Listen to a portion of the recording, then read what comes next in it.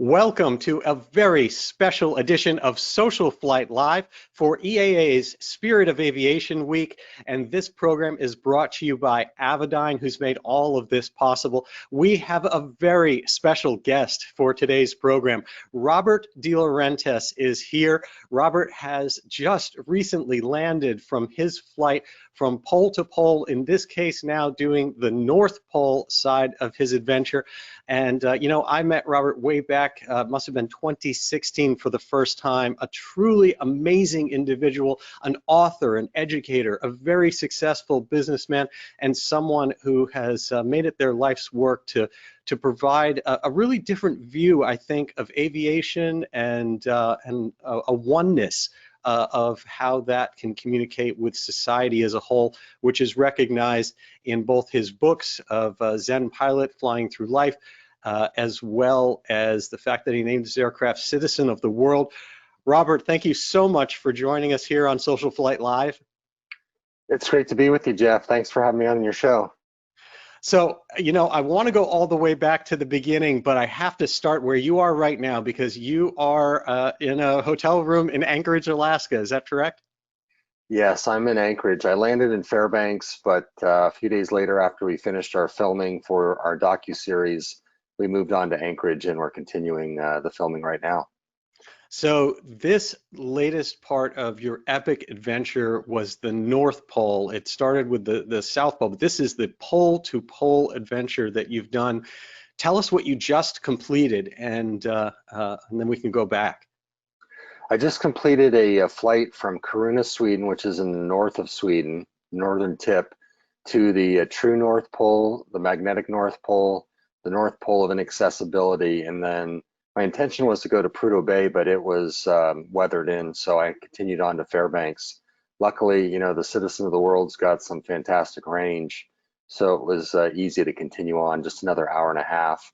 Had a tailwind of close to 100 knots, so I was doing 343 knots across the ground at one point, which is about 390 miles an hour, almost 400 miles an hour out of turboprops. Pretty impressive.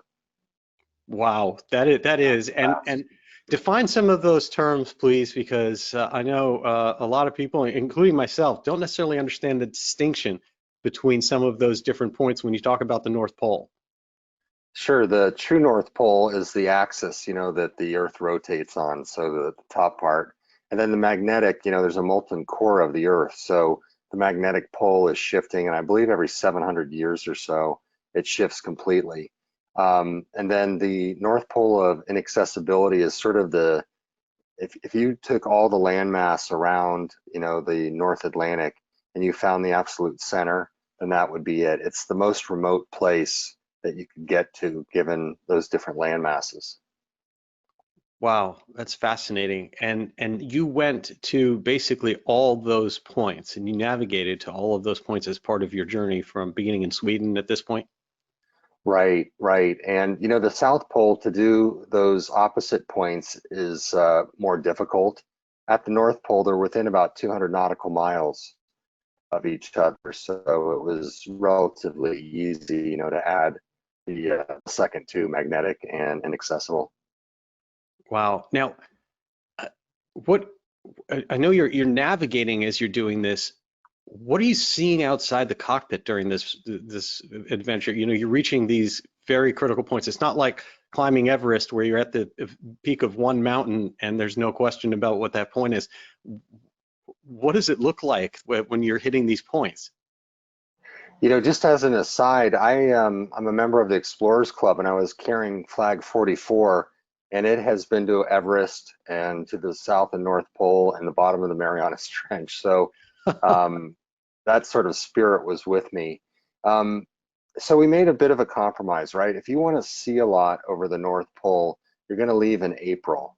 But if you want it to be safe with respect to temperatures, then the middle of July when I did it was probably the safest time, because at the altitudes the Citizen of the World flies, in this case about 29 to 30,000, depending on the part of the flight, the temperatures get very, very cold.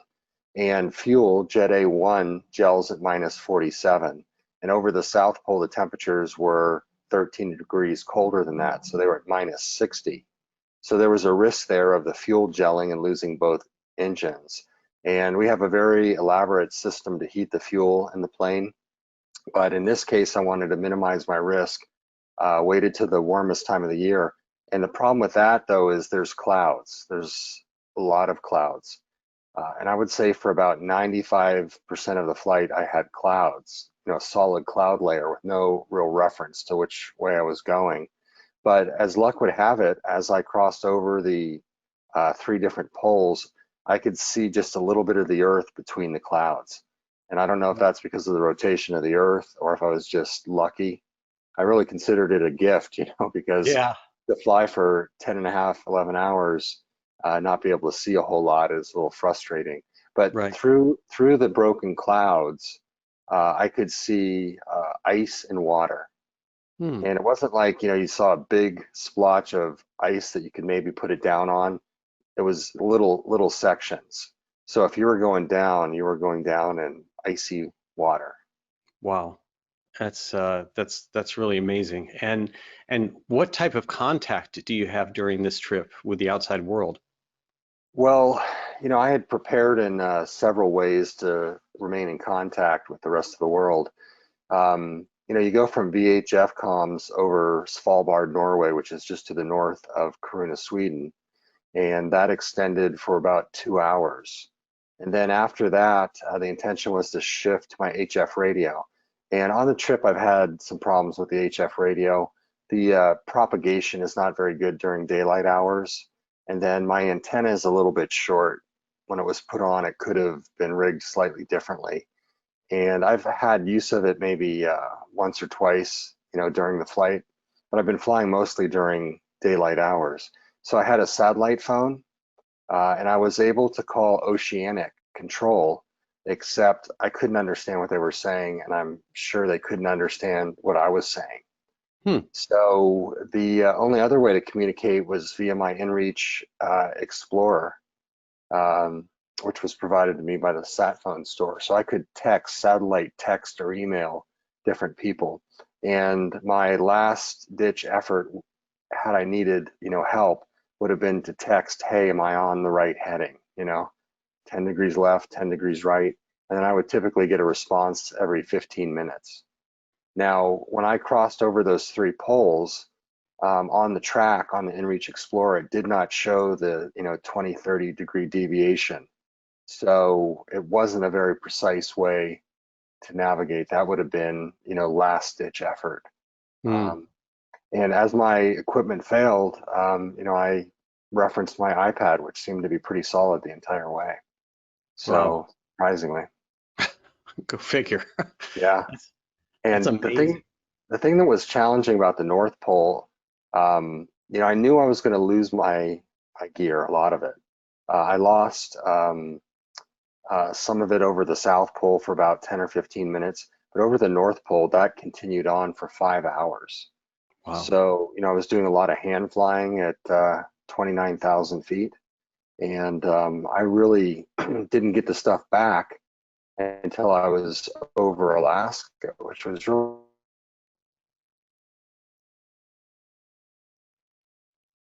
Look, speaking of losing equipment, it looks like we may have lost your internet To a connection. guy that's on the Here we board go. of Iridium, and it was a little perplexing to him, why that was happening, because they have.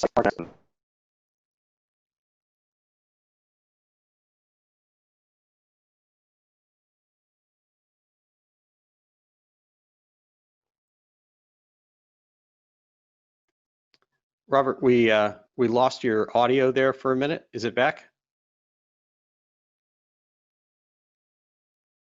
You want me to unplug and plug here? No, Hello? no, you're good now. You're back. Okay. Do you want me to say anything over? Or? No, no, I think Okay. so basically it sounds like you were plagued with a lot of failures that included a 5 hour time at which you really lost your systems in north of that, and you said some of that was to be expected, some period of that. Right. It wasn't that the systems were bad in any way, because, when I got in the proper position, then all of a sudden everything came back online. So I know a lot of it was just not having a satellite signal. The thing Right. that really surprised me is my ADAHRS, the Attitude Heading and Reference System, Hmm. failed for the first time, both of the systems, since I've had the plane for about 3 years. Wow. So I'm still trying to figure out why that happened. Nobody had told me to expect anything like that. And as soon as that goes, then your autopilot goes and you don't have a Wow. headache. And, being over the North Pole, and if you look at a globe or a map, it's not like there's a easy place to divert to when you're at the North Pole, because you're almost at that center, over the open ocean. So, yeah, for 5 hours, that was a long time not to have um, a solid heading. Wow. And even your backup systems, they obviously gave you attitude information, but you weren't able to hook your autopilot onto them. So that left you hand flying for all that time. Yeah, what happened was I started shutting systems down and then restarting them, hoping that I could get them back. Sometimes that obviously works. But with the ADAHRS, it takes 2 minutes of steady time for it to reinitialize. And with the plane flying and bouncing a little bit, that was, impossible. Right. So I thought that was, part of the problem. But then again, once I got over Alaska, everything came back online. And in a blog I did for AOPA, I referenced like the naughty school kid, who's playing around when the teacher's out of the classroom. And then as soon as the teacher comes back, everybody's an angel, because they know they're being watched. Soon as you came back over Alaska, everything wakes up like, I don't know, we were here for you. I don't know what you saw. Yeah, we've been here the entire time. What's wrong with you? We were just testing you. You need some stories. That's right. It makes for a good book, that's for sure. Amazing, amazing. So that obviously must have been the toughest challenge during that time is the in terms of a pucker factor, dealing with all that loss. Yeah, I was concerned because, I thought, wow, I could be doing circles out here and I'm not even aware of it. Right. Um, and 5 hours is a long time to be in that sort of zone of confusion, is what I call it. Hmm. But, it worked out okay in the end. Wow. Um, yeah, not, How far, what kind of deviation do you think you had by the time you came in to where you were expecting to be, and your avionics really came back to life? not a ton, maybe 10 degrees.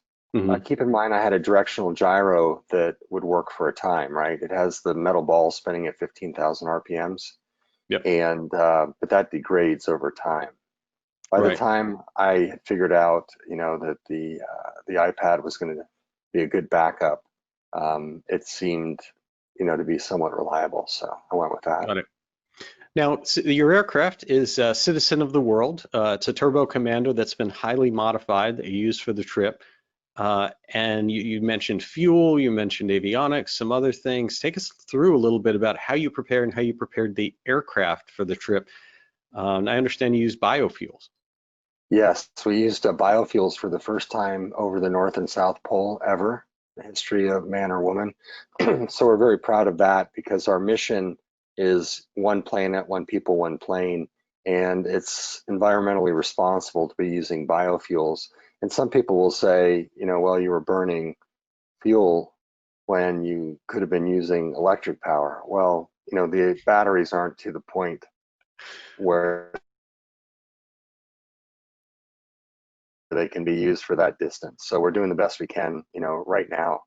Um, the Citizen of the World is a story unto itself. It's really quite a wonder when you look at that aircraft. 1983, Turbine Commander 900, and we basically modified every system that we could that would get us increased range, distance, and speed. So what that involved was the Honeywell TPE 331-10T engines were refurbished right before I left. They had maybe about 100 hours on them, and Honeywell had upgraded some of the parts. So we were getting remarkable fuel efficiency out of those engines. If you compare it to a Pratt & Whitney engine, maybe on a PC-12, that engine takes 63 gallons an hour and produces about 1,150 horsepower. Each of my engines produce 1,150 horsepower, but they only burn 25.6 gallons. So less than half per engine. And if you add Wow. those together, it's still better than that one PC 12 engine. So you have remarkably efficient Predator drone engines is what they're used on. And then MT Propeller built me some custom 5-bladed nickel tip scimitar composite props. So, you know, faster climb, faster startup, lighter, slightly better cruise performance. So now you're mating that engine to a very efficient prop. And then this version of the Turbine Commander was built by Gulfstream. So they put a Gulfstream wing on the plane, which increased the wingspan by about 10 feet to 52 feet and a quarter inch. So now you have a remarkable, you know, long, thin wing, which is really good at high altitude. And then you marry that to a very large fuselage, which is where we put the fuel tanks and heated the fuel. So we added 6 fuel tanks to the Citizen of the World for a total of 10. And, you know, then down into the details, ceramic coating to make the plane slipperier. I added a Peter Schiff environmental system, which instead of taking bleed air from the engines and cooling it and putting the contaminated air into the cockpit of the plane, it takes the bleed air, spins a turbo, which takes outside air and compresses it and puts it into the cabin. So you're breathing non-contaminated bleed air. And that system saves about 100 pounds, and it gives you more bleed air so the plane can go faster. That's Wow. part of the way we got some of the increased speeds. It's a complicated system, but remarkable. It has, you know, a lot of backup systems to it, and it gave us an increased heat capacity to heat that fuel inside the cabin before we pushed it out into the inboard tank, and then a heat exchanger, you know, fuel pump and all that. Wow. And then, you know, of course, the avionics suite, Avidyne was a big part of that. I needed a system where if it got so cold inside the cabin, I could use buttons, but also I had the advantage of the touch screen. The other thing that the Avidyne system did for me was that I was using infrared. So MaxViz gave us an infrared system, and the Avidyne IFD 550 was able to display that on the screen. And with the requirements for RVSM for my plane, reversed vertical separation minima, which means you can fly at 35,000 feet Yep. instead of the 28 that the plane was, you know, originally designed to fly at. So there were requirements for that, and Avidyne offered me a solution where I could display it without adding another computer screen or display screen in my cabin. Wow. And then I mentioned RVSM, which is a critical component, you know, higher, faster, further. Mm-hmm. And then a lot of small modifications. So there was a doorstep on the plane that was usually a source for pressurization leaks. We sealed that in, and a lot of movement of components on the panel. So we grouped all the temperature gauges together and then the trim gauges together. We cut out a section of a pedestal between the pilot and co-pilot seat so that I could have more movement inside the cabin. A lot of USB ports. If you go to the website, Pole to Pole Flight, and the 2 is TO, you'll see modifications to the Citizen of the World. Yeah. VHF radio was another one. Were many of these changes done by putting the aircraft into experimental category? No, it was not required, actually. We were fortunate in that respect. So all of them, including the engine changes, were all done under like STCs or things that made them all legal. They're all legal. We got a field approval for the prop since it was the first time ever that they put that 5-bladed prop on Turbine Commander. Eventually, the manufacturer went and got an STC. But yeah, and you know, there's documentation through the FAA for the fuel tanks. And since I was carrying biofuels, it was important to keep those separate from, you know, the regular fuel. Right. And we also had a series of metal tanks and rubber bladders. And originally I had intended to have all metal tanks, but you can't get, you know, the required amount of fuel into a cabin that's that particular shape. So we had to use some bladders as well. Now it created a very complicated system with not over, but 20 valves that had to be Wow. properly aligned. And it was suggested that I take somebody along just to handle fuel transfer on the flight. But I wanted to do it by myself. And I actually made a mistake at one point and misaligned two valves. So the pressurization in the cabin, if you imagine it pushing down on the fuel, pushes it into the wings, right? Well, Mm-hmm. I had the vents closed. So instead of pushing the fuel through, it was pushing on the tank. And we had two tanks implode or burst Oh my during God. the polar circumnavigation. Luckily, it happened on the ground when I was fueling, once in Dakar, Senegal, and the second time in Malmo, Sweden. But by the time I did the North Pole leg, we'd pulled one of those tanks out and repaired the other one. And then the remaining two metal tanks, I didn't fill them up, completely, because I didn't want to stress them out. And then we relied on the rubber bladder that was inside the pressure chamber, because we had one in the luggage compartment as well that required electric pumps to transfer fuel. Very complicated system, very Wow. complicated. That's amazing. And this all follows on your southern pole adventure as well. Tell us about that. Yeah, I wanted to do that first because that was the hardest part of the trip. And I didn't want to have that hanging over me, for what I thought was going to be 4 to 5 months, which is now going to turn out to be 9 months. And what I knew from my first equatorial circumnavigation back in 2015 was that the plane degrades in performance over time. So I wanted to do the South Pole leg when I was fresh and when the plane was fresh. Yeah, that was an 18-hour flight. Extremely, extremely challenging and scary, I'd say. Yeah, I mean, how do you stay awake, alert, and competent for that length of time? That's a great question. The answer is fear. Fear keeps you awake the entire time. I tried doing a couple micro naps at about 16 hours, but that was about the time I was getting over the Drake Passage, and that's probably the worst spot on the planet for weather. In Hmm. fact, a week before there was a Chilean C-130 with 36 people that went down there. Oh my God. They never recovered them. And, that was just like I said a week before. And I was sort of weighing my chances of survival, because that was a C-130 with, four engines. I had two. They had two pilots. It was just me. They had experience over, Antarctica. I had none. Their flight was 2 hours. My flight was 18 hours. They had great weather. I had, you know, average weather. Oh my God. Um, so, that was a stressor prior to departing. And I remember when I left Ushuaia, Argentina, because I was coming back to that point, I stacked all my personal belongings neatly in my room, put my home address on there in case I had to send them home. And I assessed my chances for survival at about 50%. And Oh that my God. was, like not 50%, I'll try and if I don't make it, I'll just come back. That was like 50%, I'll be alive in, 18 hours.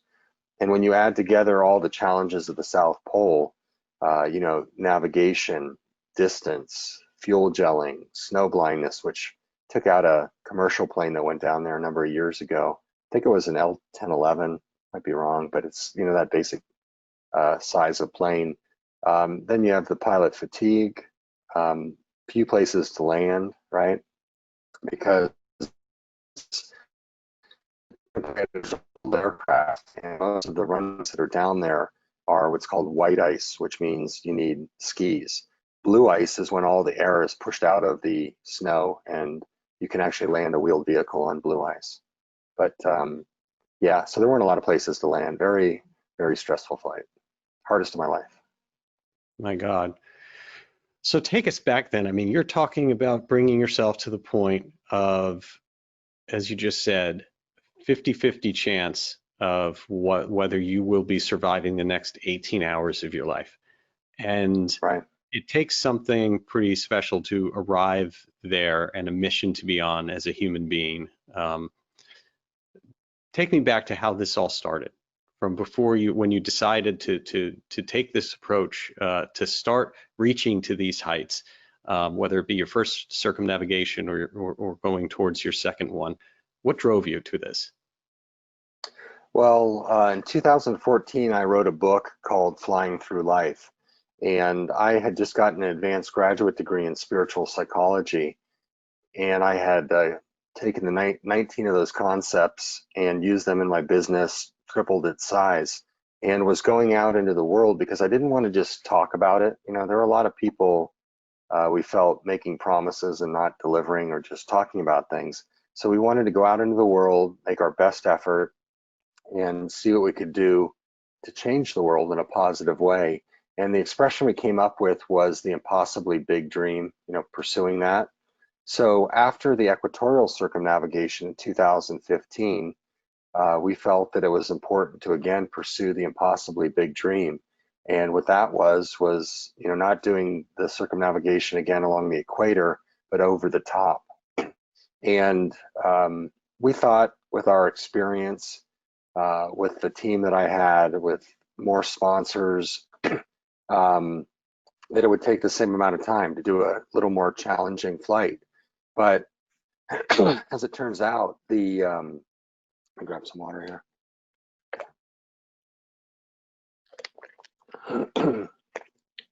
As it turns out, the South Pole is about 3 times more difficult.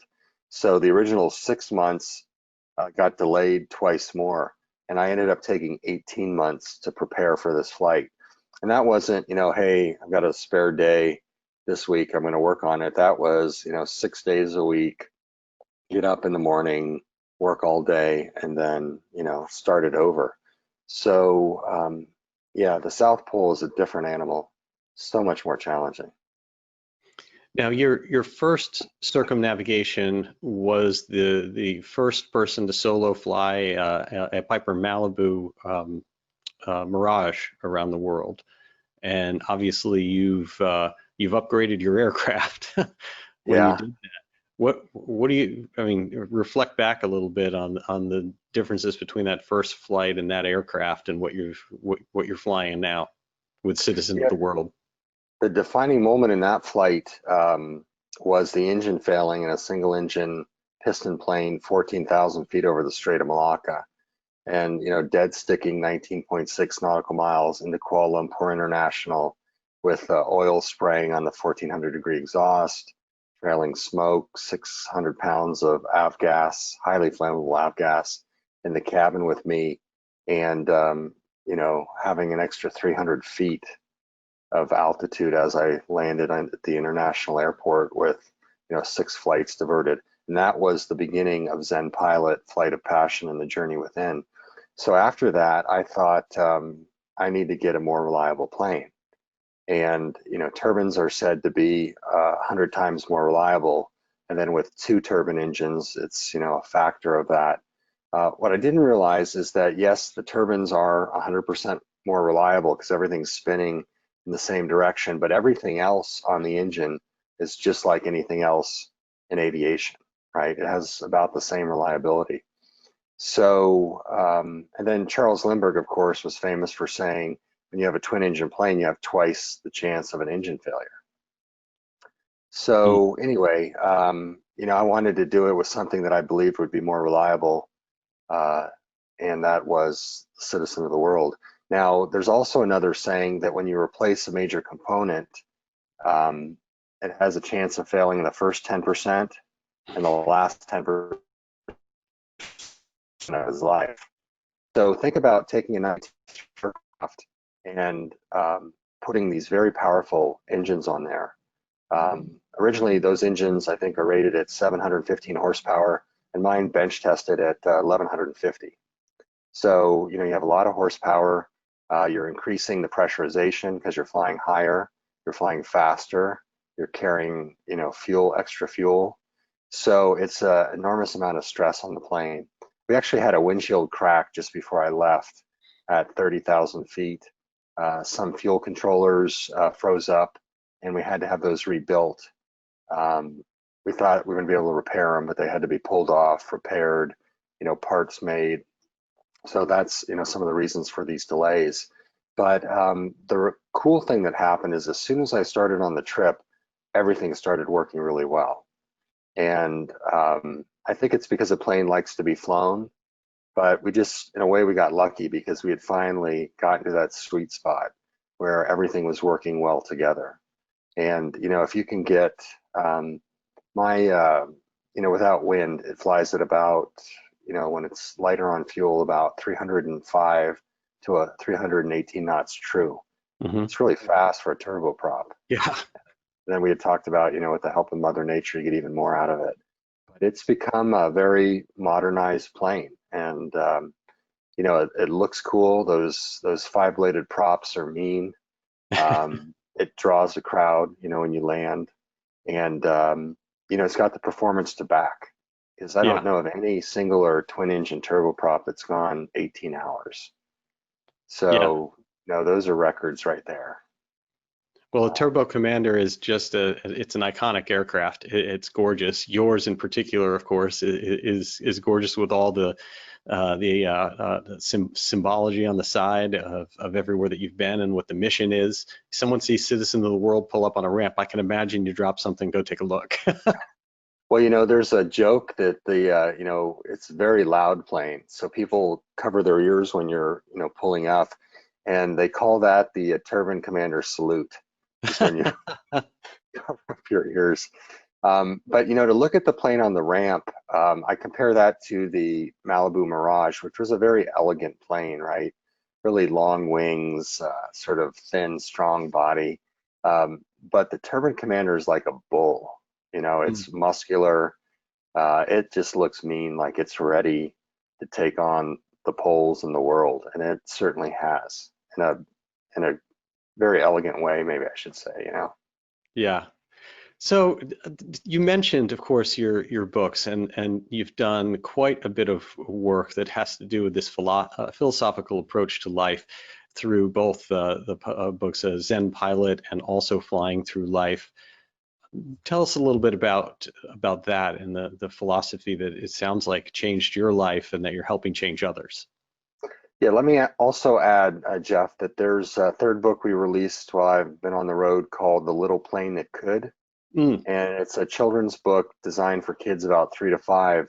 And we did that because general aviation is very interested in high school kids because they're close to becoming pilots. But when I was in Africa, I remember I was with a mentor of mine, and we were walking through a shopping center to get some supplies. And we walked by a restaurant. There was a mother, father, and a little girl. And she was pointing up in the air like this, and there was a plane going over, and the parents weren't paying any attention at all, right? They were talking. And I realized that people are born pilots, they're born curious like that. So we needed to really work on helping to inspire kids at that age as well. And the DeLaurentis Foundation is a not-for-profit, so we don't have to make money. We certainly would like to make money because then we can put it back into aviation. But that plane was just released, and here in Anchorage, we just got some interest from the museum store, and it's being sold on Amazon. We're getting good response. We're very happy about that. There's also a fourth book that I'm working on. I should say The Little Plane That Can, or The Little Plane That Could, was written with my mentor, Susan Gilbert. So it's a joint effort. My next book, which I'm about 2/3 of the way completed with, is called Peace Pilot to the Ends of the Earth and Beyond. And it's mm. about this trip. And our docu-series, excuse me, is also named the same thing. So that'll be released probably in about 6 months. But I mentioned, Flying Through Life was about pursuing the impossibly big dream. That's the first book, and sharing those concepts with people so that they could, pursue their impossibly big dreams. And then Zen Pilot picks up at the engine failure over the Strait of Malacca. And that's about the lessons that you can learn about life from flying. And it has a lot of Zen moments in it. And those are the lessons that, I'm learning along that circumnavigation. So to give you an idea, when the engine failed over the Strait of Malacca, your first thought is, oh my God, this plane is trying to kill me, right? And then later you realize that the plane actually kept me alive, Mm. because there was a lot of possible Fascinating. outcomes in that moment, right? There Right. was the destruction of the plane, my death. Another possibility was destruction of the plane, I'm injured. Another possibility is destruction of the plane, I walk away. And then I say I hit the cosmic lottery because the plane didn't get destroyed and I survived it. And if it's a cosmic negotiation, you ask for the best, but you usually end up somewhere in the center. So, there were these moments along the way that I thought taught me about life. And I think, pilots are given this unique opportunity. They're up in the air, they're in that silence, they're connected to nature, they're having an adventure. Sometimes they're with their friends. So there's, that magical connection with other human beings, and you're exploring the planet. So, really great opportunity to learn in a plane. And we're excited about Peace Pilot to the Ends of the Earth because it really weaves the story, which is about connecting the South Pole and the North Pole, the two places on the planet where peace has always existed, and then everybody in between. And it comes at a time when the world is divided, polarized. And connecting those 2 points sort of negates the opposite charges and, neutralizes that. So it's really an opportunity to bring the world together, and the plane is the vehicle for our global mission. We carry scientific experiments from NASA and also the Scripps Institute of Oceanography. We talked about the biofuels, and then, because of the generosity of 90 aviation sponsors and supporters, we have the latest aviation safety and technology, that's available on the planet: ADS-B in and out, touchscreen, synthetic vision. I mean, there's a ton of stuff in the cockpit, and I'll be doing 5 simulations for Redbird, the flight simulator company, when I get back. I've already started to write those, but the idea is to make aviation exciting for kids. We're competing with their home computers and their video games, but you put somebody into the cockpit of the citizen of the world, which is, loaded with the best avionics in the world, and you send them out into the world over the poles. You've got an opportunity that's pretty cool to inspire and excite new pilots and aspiring pilots.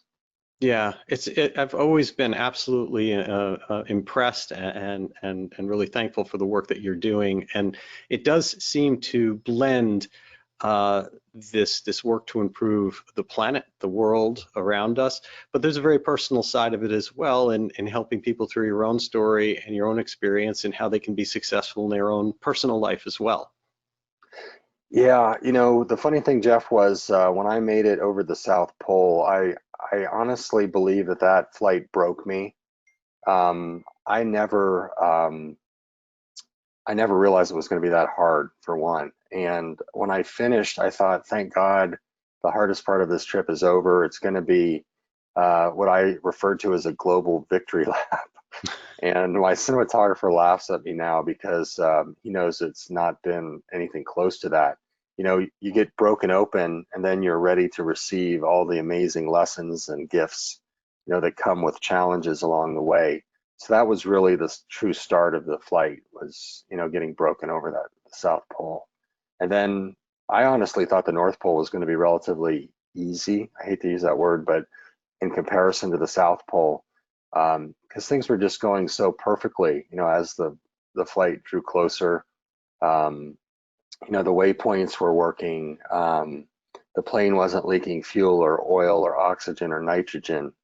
I had relatively good weather, on top of the cloud layer. The Customs and Border Patrol made an exception, saying that I could land at Prudhoe Bay, which is the closest point to Corona, Sweden, on my little. And initially they had said, no, we're going to arrest you, fine you, and impound the plane if you land there. So, as things got closer, things fell into place. But then, then there was the challenges over the poles. So, Yeah. You don't really know what's going to happen. I always pray for what I call ease and grace, but that doesn't necessarily mean it's not going to be challenging.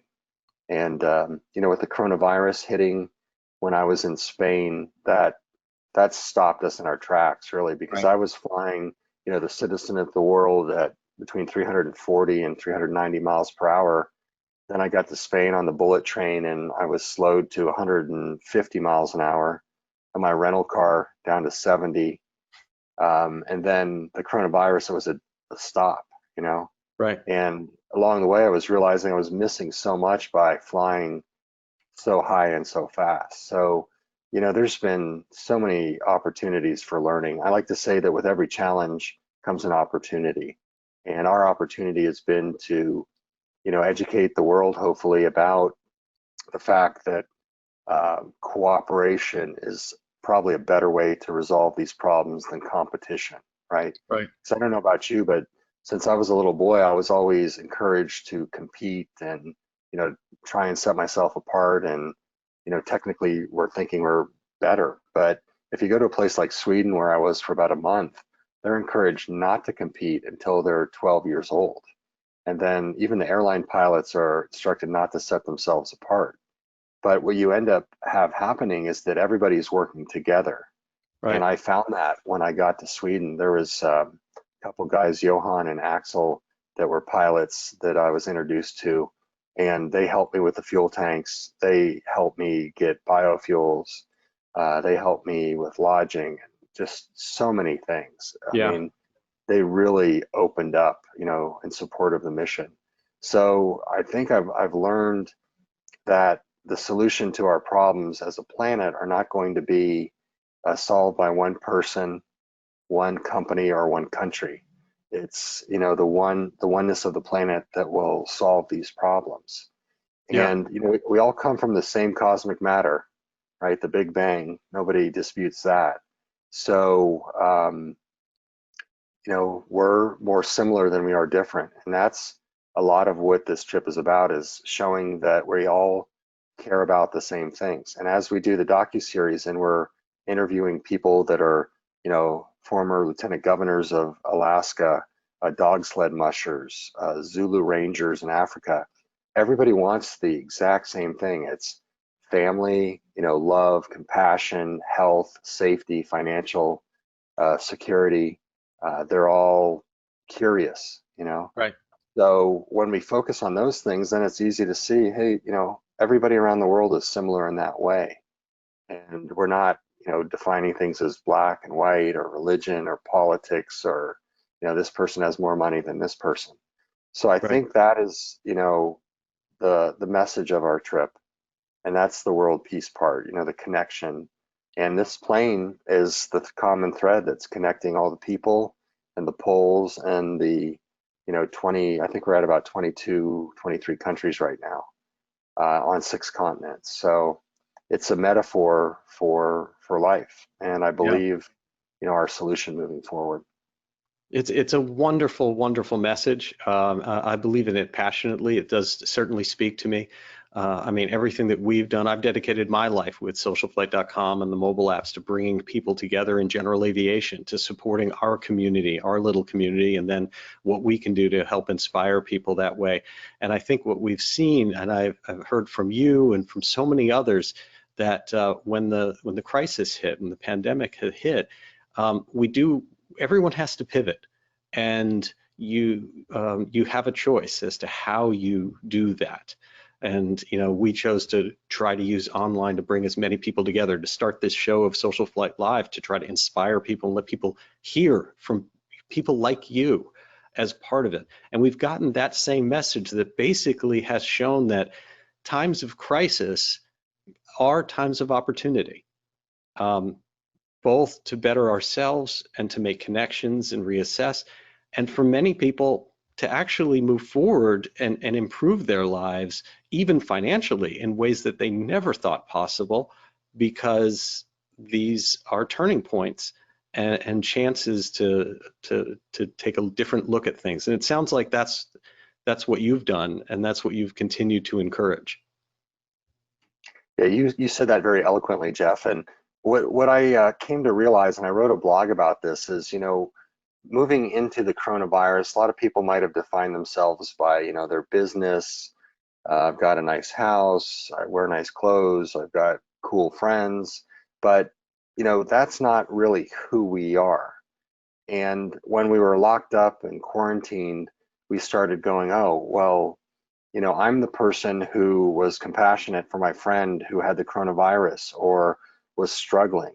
I'm the brother or sister that maybe able to make inroads in a relationship with another family member, because I was seeing them in a different light.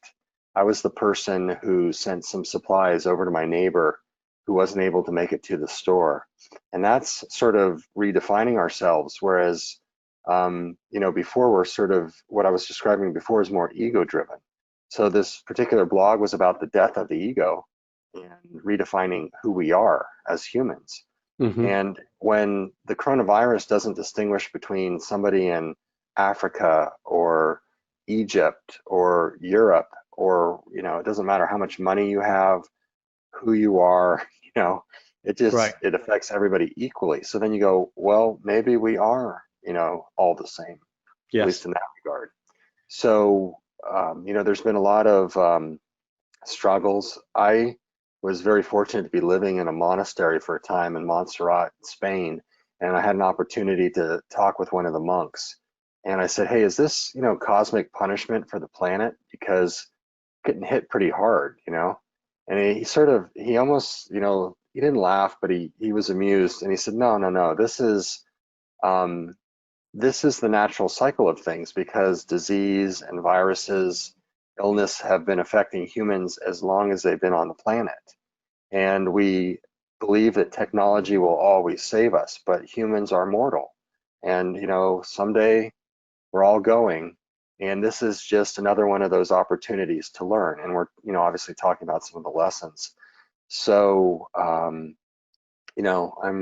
fortunate to be learning what I can, and it sounds like you are as well. But in the process, I hope that it makes the world a better planet. And I there's a think it lot of does. ways. Yeah. It's very, very well said. My fiance Heidi likes to call it the gifts of COVID, that there are certain things that in the midst of a lot of terror, a lot of terrible things, there are certain things that turn upward or open doors that we didn't know, whether that be interpersonal or whether that be in the world or whether that be in someone's own positive future in business or otherwise. It's great, and I really do appreciate your story. It is remarkable. I look forward to seeing you again in person at some point, and certainly we'll be following you for a long time to come.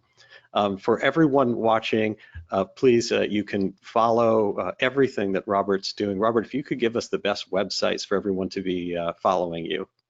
Sure. It's www.pole, so POLE 2 TO, pole again, flight, so pole2poleflight.com. And of course, we're on social media: Facebook, Twitter, Instagram, Pinterest, YouTube. You can find us in a lot of Absolutely. different places. Well, Robert, thank you so much for being a guest on SocialFlight Live. To everyone out there, be sure to pick up one of Robert's books. You'll get started in that, Zen Pilot Flying Through Life, and the other books that are coming out, and including the children's one, will be just a great way to spend some time and to get a different view on life. And so, for SocialFlight, I'm Jeff Simon. Thanks again to Avidyne for sponsoring this series. It's been really, really wonderful. Blue skies.